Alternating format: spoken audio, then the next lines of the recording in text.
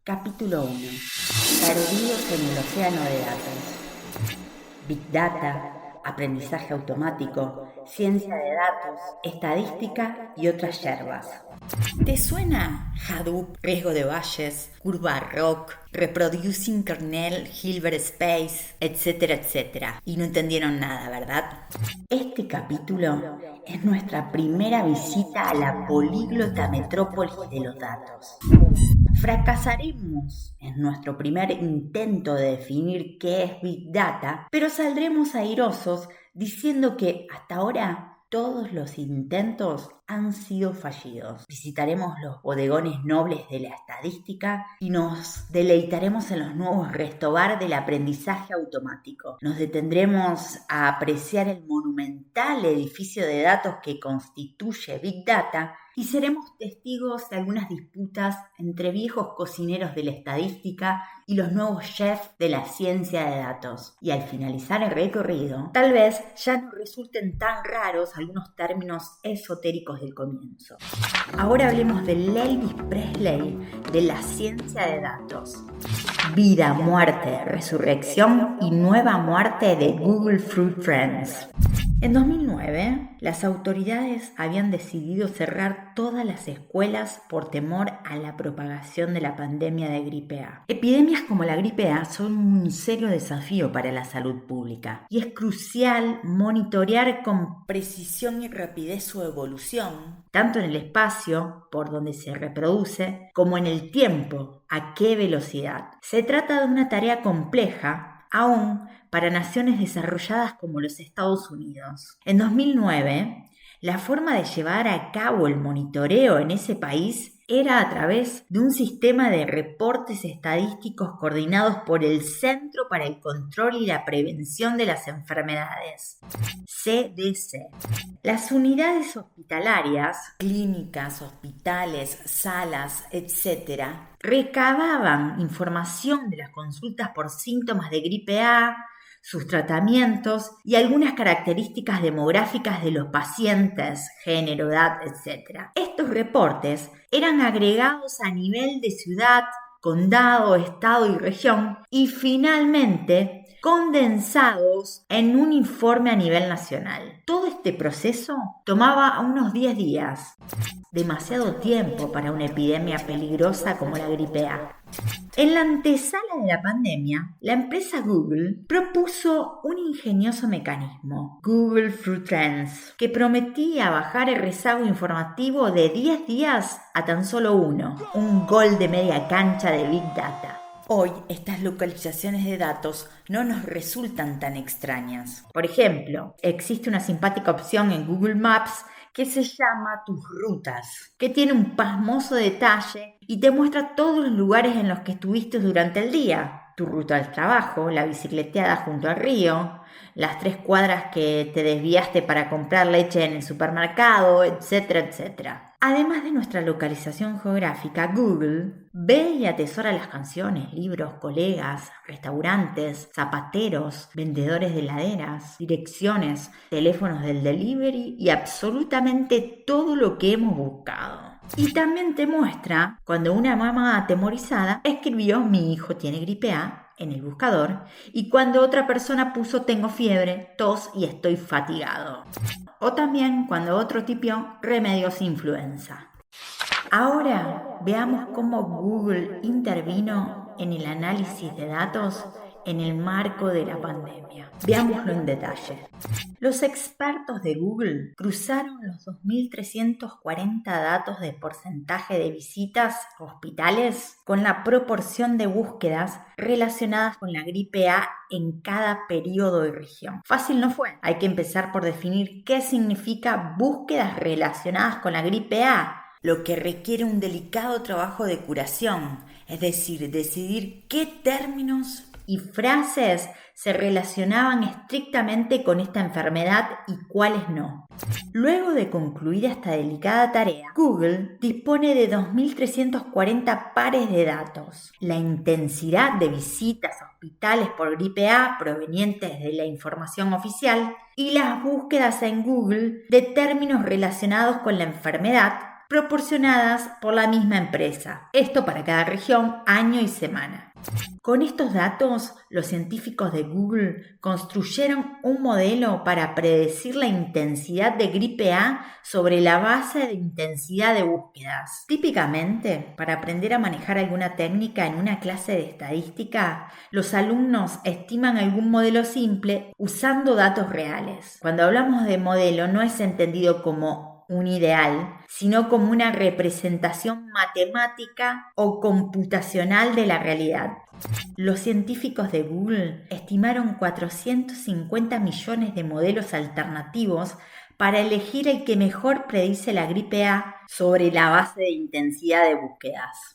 Un punto importante es que todo este proceso de estimación, que más adelante definiremos como de aprendizaje, se basó solo en 2.340 pares de datos de intensidad de consultas y búsquedas semanales a nivel de región, es decir, sobre la base de la desagregación más fina posible a nivel hospital en una región para una semana en particular. Pero una vez construido el modelo, podría usarse para predecir la intensidad de la epidemia a partir de cualquier información disponible sobre la intensidad de búsqueda. Y en esta parte de la historia, Google saca a relucir su monstruosa base de datos. A diferencia de la agencia de control estadounidense, que solo ve datos semanales y por región, Google puede observar la intensidad de búsquedas en cualquier parte en tiempo real y con un nivel de precisión tan fino como sea necesario. Es decir, Google puede medir, por ejemplo, la intensidad de búsqueda sobre gripe A en Monticello y a partir del modelo estimado previamente, predecir la intensidad de la enfermedad en ese lugar. Pero también puede hacerlo de forma diaria, semanal o mensual, tanto para Monticello como para la ciudad de Nueva York, o cualquiera de las 9 regiones en las que el CDC divide a los Estados Unidos. En definitiva, a Google le toma solo un día hacer lo que el sistema público de una de las naciones más ricas del planeta le toma 10, y con una capacidad predictiva mucho más microscópica. Es David dándole una paliza contundente a Goliat. Si Big Data fuera rock and roll, Google Flu Trends sería Elvis, el abanderado insignia de la revolución de datos y algoritmos, entendidos como procedimientos y reglas sistemáticas para hallar la solución a un problema. Pero como sabemos, después del éxito masivo, sobreviene el derrotero. Algo similar sufrió Google Flu Trends, cuyos éxitos predictivos se transformaron rápidamente en preocupantes desaciertos. En particular, por varios periodos el algoritmo predice intensidad de gripe A muy por arriba de la realidad. Varios analistas dicen que este error se debe a que Google alteró sus motores de búsqueda para retener a los que entran al buscador con consultas relacionadas con la gripe A, como si escribiesen, por ejemplo, síntomas de gripe A, y Google les sugiere buscar términos como jarabe, tos, reteniéndolos en el buscador, ofreciéndoles publicidad. Es decir, los cambios en los procesos de búsqueda de Google indujeron espuriamente a más búsquedas sobre la gripe A, lo que implicó que se sobredimensionara su intensidad y por lo tanto la epidemia. Sin embargo, como Elvis a finales de los años 70 y su exitosísimo comeback ya en épocas de los Beatles, Google Flu Trends fue resucitado por la comunidad científica que logró reparar algunos de sus errores y restablecer parte de su credibilidad. No obstante, en agosto de 2015, Google dio de baja el acceso público al servicio, si bien sigue recolectando información que es enviada para su análisis a la Universidad de Columbia y otras instituciones científicas. En su momento, Google Flu Trends fue el chico de la tapa de Big Data. Los algoritmos contra la burocracia, los datos versus la teoría. Y todavía no sabemos si hemos visto su final definitivo.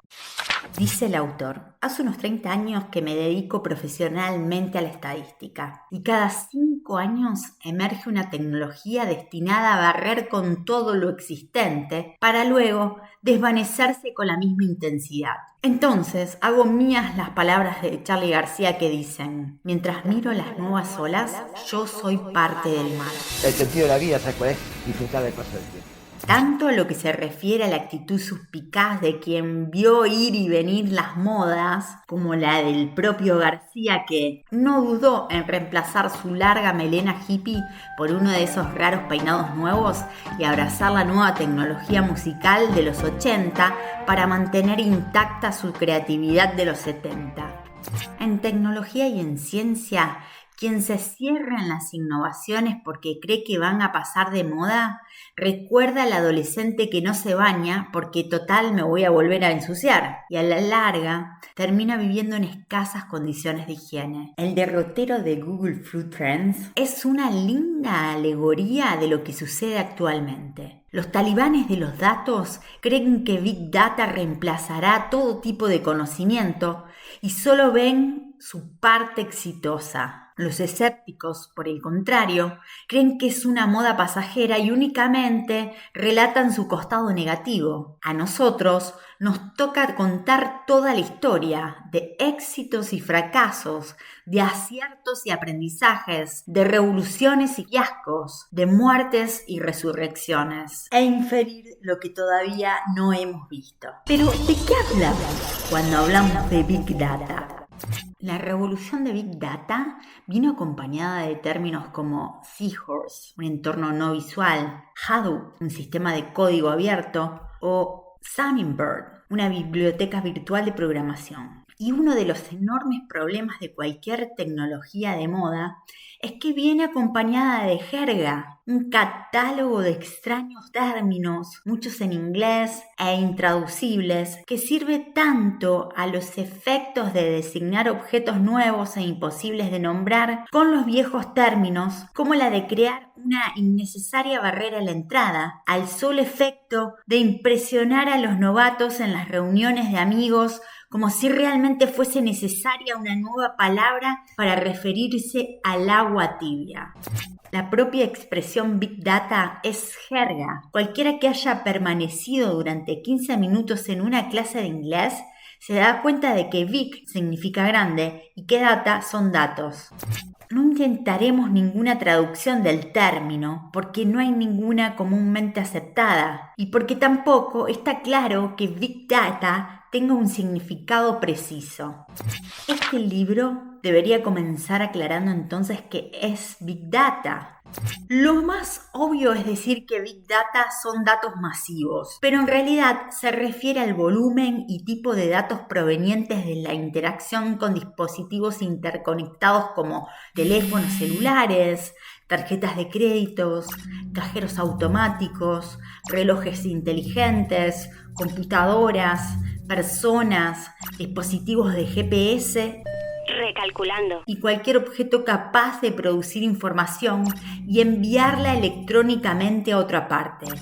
Piensen en lo que hicieron en las últimas 2 horas. Si caminaron con su celular, muy posiblemente hayan generado datos de su ubicación geográfica, y ni hablar si activaron el GPS para viajar en auto. Lo mismo si salieron a correr con su reloj inteligente que les cuenta el ritmo cardíaco y los pasos, o si usaron la tarjeta de crédito o viajaron en subte, o si se entretuvieron en una serie en Netflix, o si pusieron me gusta a una foto en Facebook o Instagram, o simplemente si enviaron o recibieron un mail, o si compraron un par de zapatos en Amazon. Todo generó datos. Más adelante hablaremos acerca de que la cantidad de datos que se produce a través de estos medios desafía cualquier concepto de inmensidad que hayamos considerado nunca.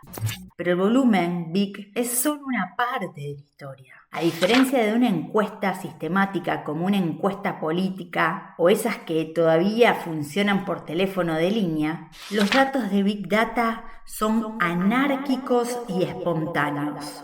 Toda vez que abrieron su celular para que una app de GPS los guíe hacia algún lugar, han generado datos, no con el propósito de contribuir a ninguna encuesta ni estudio científico, sino con el de evitar el tráfico o perderse. Es decir, los datos no fueron generados por el propósito de crearlos, como en las respuestas a una encuesta tradicional, sino como resultado de otra acción: ir a una reunión, pagar una tarjeta de crédito, entrar a un sitio web, etcétera, etcétera.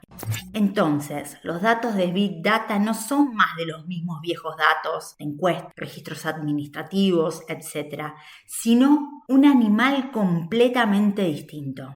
En 2001, Doug Laney, analista de la consultora Gartner, escribió un influyente artículo en el que resumió esta discusión diciendo que la revolución de Big Data tenía que ver con las ahora archifamosas 3B de Big Data: volumen, velocidad y variedad.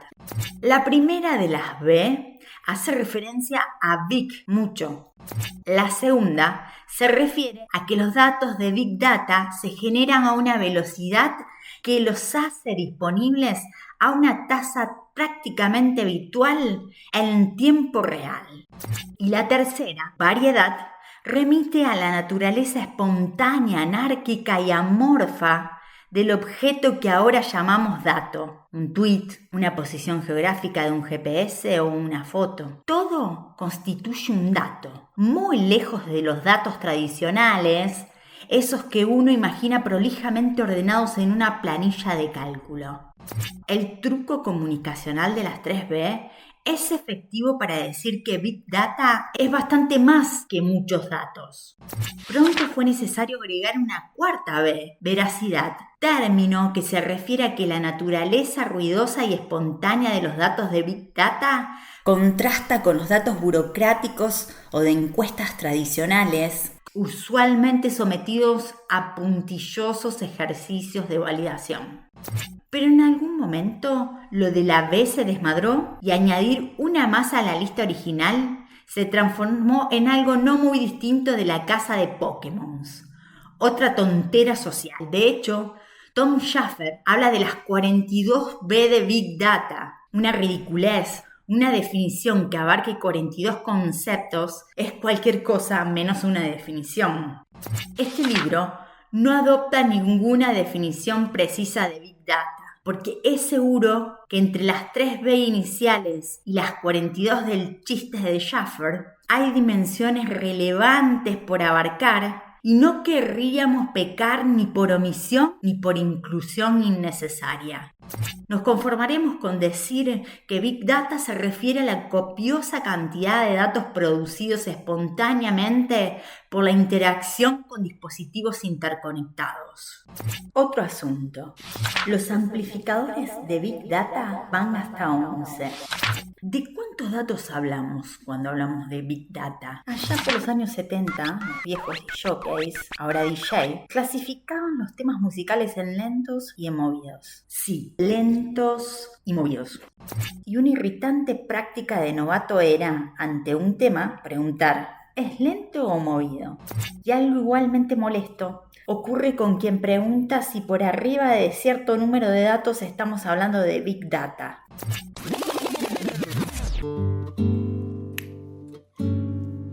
A pesar de ser, por lejos, el más popular de los instrumentos musicales, la guitarra es muy ineficiente, demasiado grande para el bajo volumen que produce. El instrumento favorito de los fogones y las serenatas puede ser fácilmente tapado por un violín o una trompeta de mucho menor tamaño.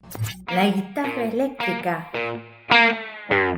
nace como solución a ese problema, pero en la década del 70 los músicos notaron que la conjunción de una guitarra y un amplificador produce más que más volumen. Eric Clapton y Jimi Hendrix transformaron en ventaja lo que la tradición guitarrística veía como una contra de la amplificación. Y así es como, para el espanto de los ingenieros del sonido de la época, aberraciones sonoras como el feedback y la distorsión se volvieron parte del lenguaje del rock. Y así también nació la carrera por el volumen, desde los pequeños parlantes de los bluseros a las paredes de amplificadores de The Who o Kiss.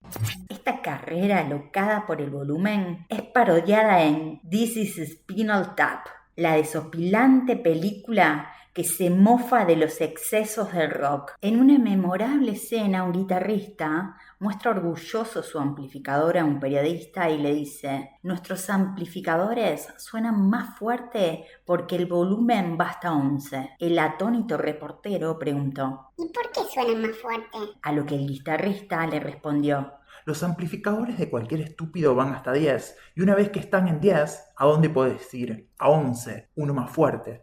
¿Y cuál guitarrista ahora? ¿A dónde podemos ir? Fue la pregunta que nos hicimos allá en los 80, cuando arribaron los disquetes de 3,1 y sus entonces asombrosos 720 kilobytes de capacidad de almacenamiento de información, máxime cuando ya habíamos explorado la K para referirnos a miles de bytes. Y así es que no tardó en aparecer mega, millón, y después giga, y tera, peta, hexa, zeta, iota, y ahora se habla de helabyte.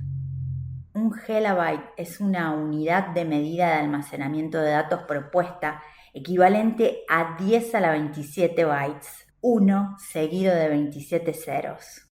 Surge ante la necesidad de cuantificar volúmenes masivos de información, Big Data, y su magnitud es una cantidad inmensa.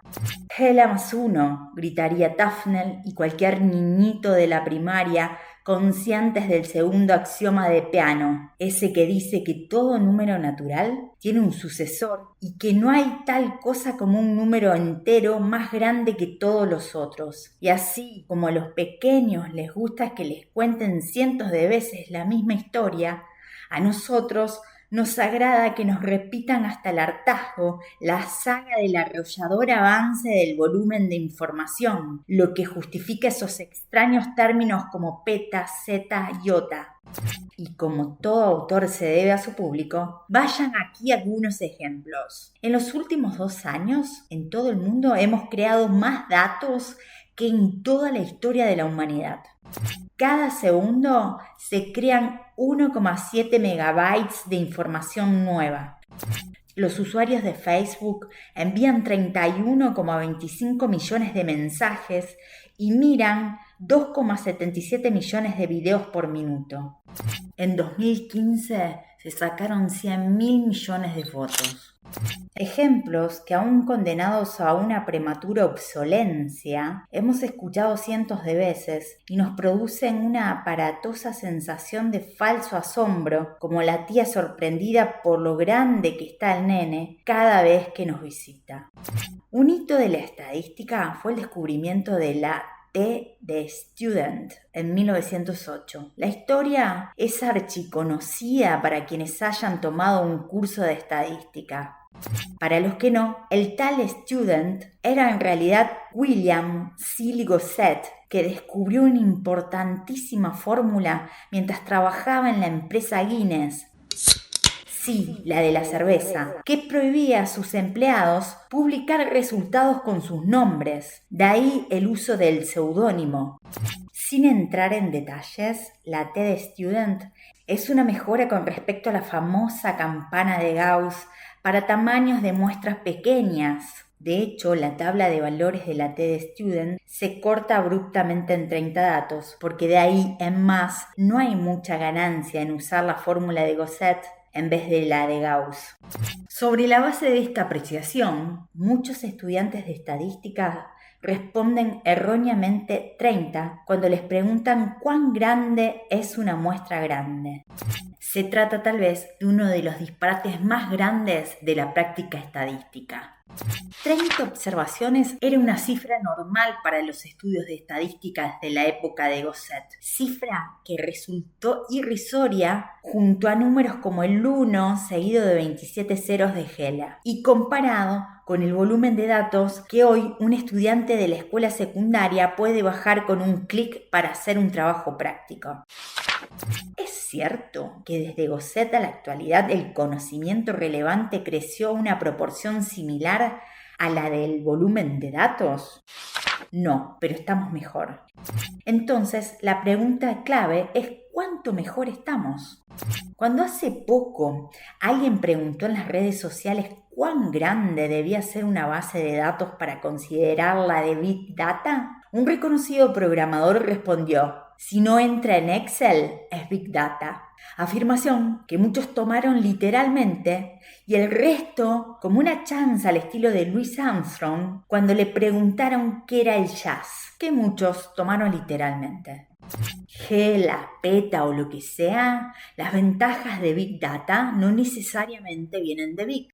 No seremos los primeros en decir que en muchas circunstancias el tamaño no importa. La revolución de Big Data empieza por el tamaño, pero muy rápido va por otros caminos mucho más interesantes, porque los datos de Big Data no son más de lo mismo. El derrotero de los Spinal Tap y su obsesión por el volumen y los excesos fue triste.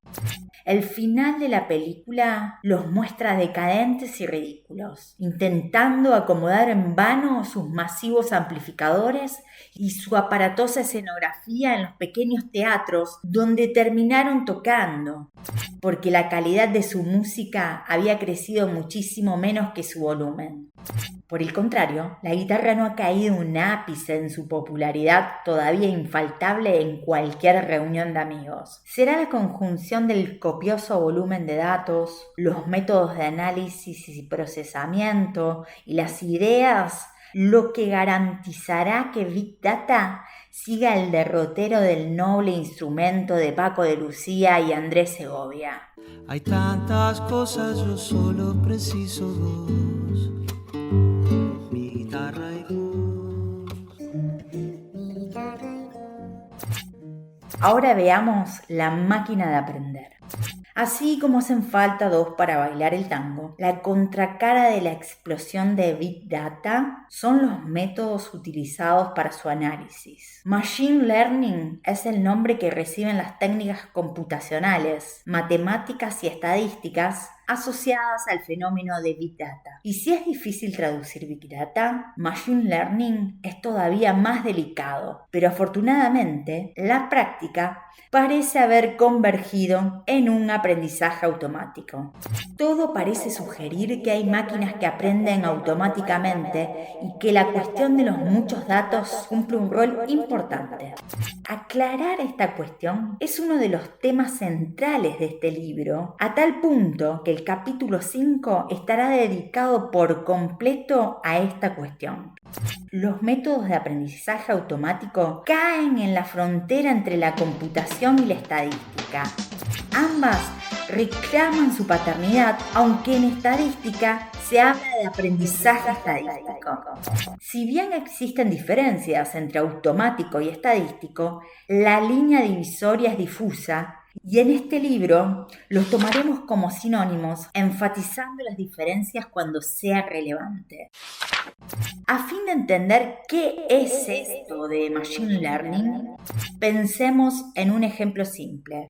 La señora Manfredi entra a un banco a solicitar un crédito y la institución debe decidir si se lo concede. El banco dispone de información pasada de los créditos que ella otorgó y si estos fueron pagados o no.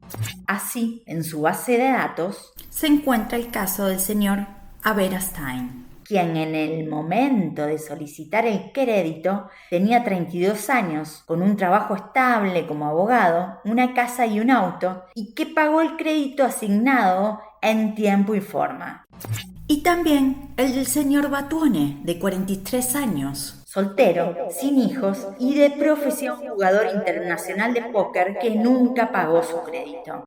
Llamaremos sí al hecho del pago del crédito, donde I es igual a 1 si fuera pagado e igual a 0 si no se pagó. Entonces, para Aberastain, I vale 1 y 0 para Batuone que no pagó. Usemos X para referirnos a toda la información disponible para cada persona a la cual se le otorgó un crédito en el pasado, que en nuestro ejemplo incluye la edad, trabajo, los bienes que dispone como garantía, etc. Como es de esperar, que una persona pague un crédito depende de factores observables por el banco, reunidos en X, y también de cuestiones azarosas e inobservables que llamaremos U. Si tal vez una cruel enfermedad llevó a Batuone a abandonar el país y dejar el crédito impago, o quizás una oportuna herencia le permitió a Berastain enfrentar su deuda, todos esos factores que el banco no ve conforman U.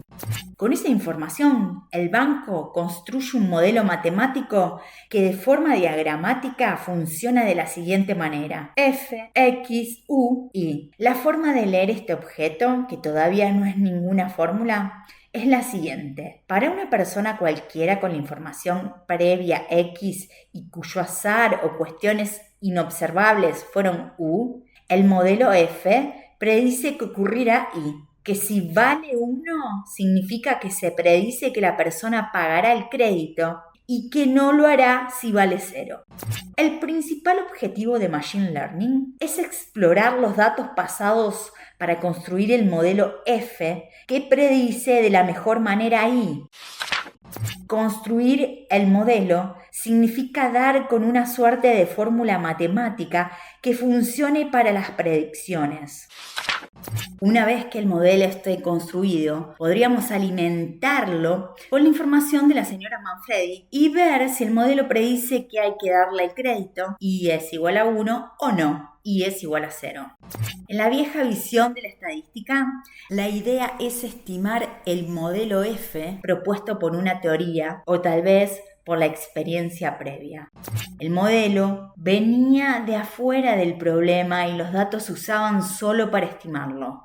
La revolución de Machine Learning cambia por completo esta estrategia. La profusión de datos permite construir, estimar y reevaluar el modelo a medida que se lo usa. En términos de nuestro ejemplo, los datos iniciales de créditos y características de clientes se utilizan para construir una enorme variedad de modelos prototípicos, uno de los cuales se elige para predecir la capacidad de repago de clientes nuevos como la señora Manfredi. Tal como contamos, hizo Google con Google Flu Trends para predecir la intensidad de la gripe A. Con posterioridad, estos datos se usan para evaluar la performance del modelo y reconstruirlo adaptativamente. Lo de automático tiene que ver con que una parte y a veces toda la tarea de reconstrucción del modelo puede relegarse a un procedimiento computacional que sobre la base de algún criterio puede ajustar de forma automática el modelo a la luz de los nuevos datos e iterativamente hasta dar con un modelo con la mejor performance. Pero, ¿dónde aparece Big Data en esta historia? La construcción automática de modelos complejos es altamente demandante en términos de datos. Cuanto más flexible sea el modelo y cuanto menos se conozca de él, más datos se necesitan para construirlo de forma confiable. Y es aquí donde la revolución de datos juega un rol crucial. Big Data le permite a la estadística liberarse de su mero rol de estimar los modelos que otra disciplina le propone y pasa a asumir la tarea de construirlos, evaluarlos y rediseñarlos a través de la conjunción de algoritmos y datos masivos. Y llegó el bloque titulado Ireneo Funes va a Harvard. Volviendo a las analogías rockeras, ¿fue realmente Elvis el padre del rock? Algunos expertos señalan a Bill Haley, otros a Turner y su Rocket 88, o más atrás en el tiempo, a los viejos bluesmen. Y sin un criterio obvio, la búsqueda de las raíces del rock puede llevarnos a los hombres de Cromañón, al menos a juzgar por su naturaleza rústica, afín a la cultura de un estilo musical que se refiere a un pedazo de piedra en su mismísima denominación. Y de forma análoga, el análisis de datos es tan viejo como la humanidad. Es solo cuestión de imaginar a un antiguo nómade intentando predecir la lluvia mientras observa los movimientos de las nubes.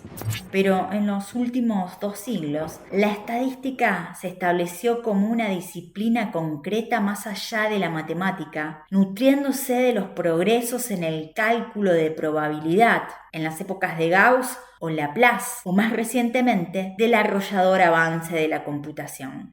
Como dijimos, de ser una región, la estadística remite a una metrópolis políglota como Londres o Nueva York, y también a esas tierras de nadie y de todos como Ciudad del Este o Kabul, atestadas de lugareños, periodistas, militares, turistas, científicos, mercenarios, diplomáticos, trabajadores rurales y sospechosos banqueros trajeados. Dice el autor: yo mismo me sentí un forastero cuando llegué a la estadística desde la ciencia social y durante años cargué con esa culpa de haber entrado por la ventana, hasta que varios años después me di cuenta de que se trata de una disciplina casi sin puertas en la que muchos nos habíamos colado por ventanas, chimeneas o rendijas. Llamativamente, existen muy pocas carreras de grado en estadística, lo que contrasta con la relevancia de una disciplina presente en todas las ramas de la ciencia y la vida cotidiana. El corpus de la estadística mundial se compone de estadísticos propiamente dichos y también de quienes vienen de la matemática, la computación, la ingeniería y de todas las disciplinas que usan datos de manera activa, desde las naturales como la biología o la agronomía, hasta las humanísticas como la lingüística, pasando por las sociales como la economía o la sociología. A modo de ejemplo de esta auténtica Babilonia disciplinar que es la estadística, hace poco dicté una conferencia para estadísticos profesionales y cuando pregunté ¿cuántos de ustedes tienen un título de grado en estadística?, muy pocos levantaron la mano. Como en una mala película de acción de sábado a la tarde, hace unos 15 años, la aparente calma de la estadística se vio alterada por la irrupción de una extraña tribu atraída por el aluvión de datos de Big Data. Gentes de pantalones chupines de colores fuertes y modismos extraños comenzó a sacudir el ecosistema de los estudios de datos. Y así es como en vez de estadística se empezó a hablar de análisis, ciencia o minería de datos. La historia de la ciencia es una historia de revoluciones. Los propios estadistas plantaron su bandera en terrenos otrora de fuleros, adivinos y burócratas apiladores de datos. Fue una disputa por un juego de dados lo que convocó a mentes brillantes como Pascal o Fermat a sentar las bases de la probabilidad. Y como tal, el espíritu revolucionario, fundamental para la ciencia, choca con su innata necesidad de autodefensa.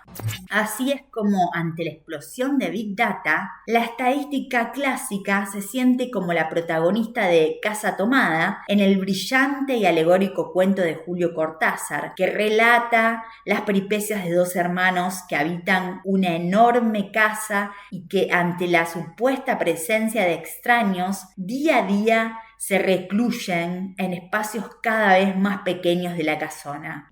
El profesor Stephen Stigler de la Universidad de Chicago ha dedicado toda su vida profesional al estudio de la historia de la estadística. En 2016 escribió un interesantísimo libro titulado Los 7 pilares de la sabiduría estadística, en el que pasa revista a importantes hitos históricos de esta disciplina.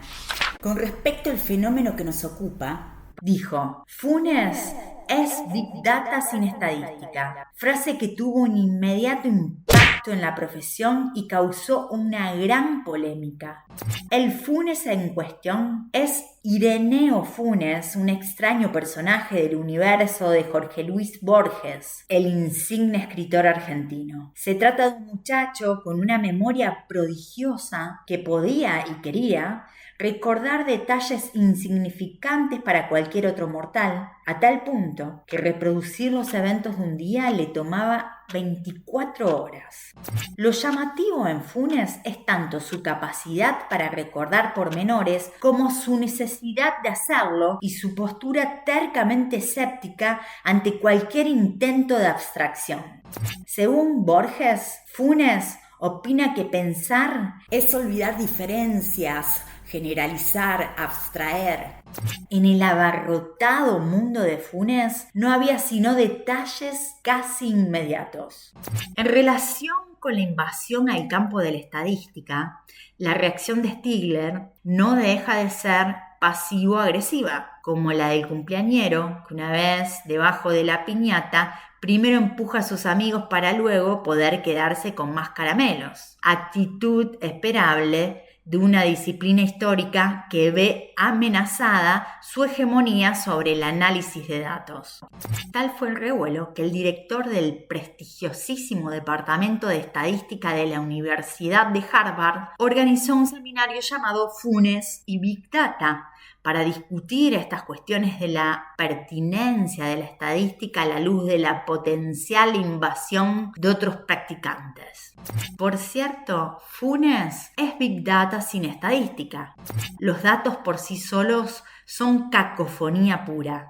Pero si la estadística y fundamentalmente su enseñanza no es capaz de avenirse a los nuevos tiempos, se quedará como el cumpleañero solitario recogiendo unos pocos caramelos del piso del patio y viendo cómo los otros niños corren a otros cumpleaños. Llueve en todos lados y datos ni hablar. Ahora nos sumergimos en el fragmento da capo.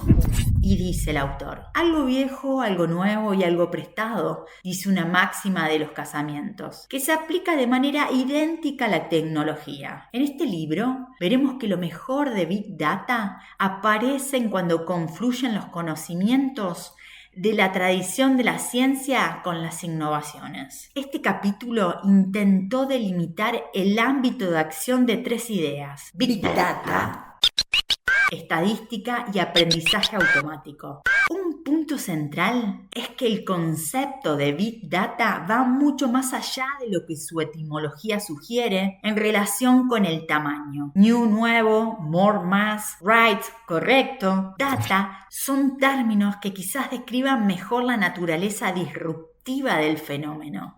La estadística es la disciplina del aprendizaje a partir de datos, culpable de la mayoría de los avances científicos de los últimos 2 siglos y omnipresente en la vida cotidiana. La nueva ciencia de datos no arregla un problema de la estadística, sino que explota los más recientes avances computacionales para aprovechar la oportunidad única que brinda la irrupción de datos masivos, producto de la interacción con dispositivos interconectados. Dice el autor, hace poco armamos un grupo de estudio virtual para leer un reciente texto de estadística moderna que por su aproximación cae decididamente en el ámbito de la ciencia de datos. El catálogo de disciplinas de las que provienen quienes acudieron a la convocatoria incluye sistemas, biología, economía, estadística, matemática, física, ingeniería, electrónica, mecánica, matemática, física, ingeniería, neurociencias, farmacia, ciencia política, sociología, economía, medicina, urbanismo, periodismo,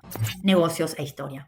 Este libro abona la idea de que la nueva ciencia de datos ofrece una oportunidad única de interacción entre disciplinas aparentemente disímiles que tienen en común la necesidad de lidiar con información masiva.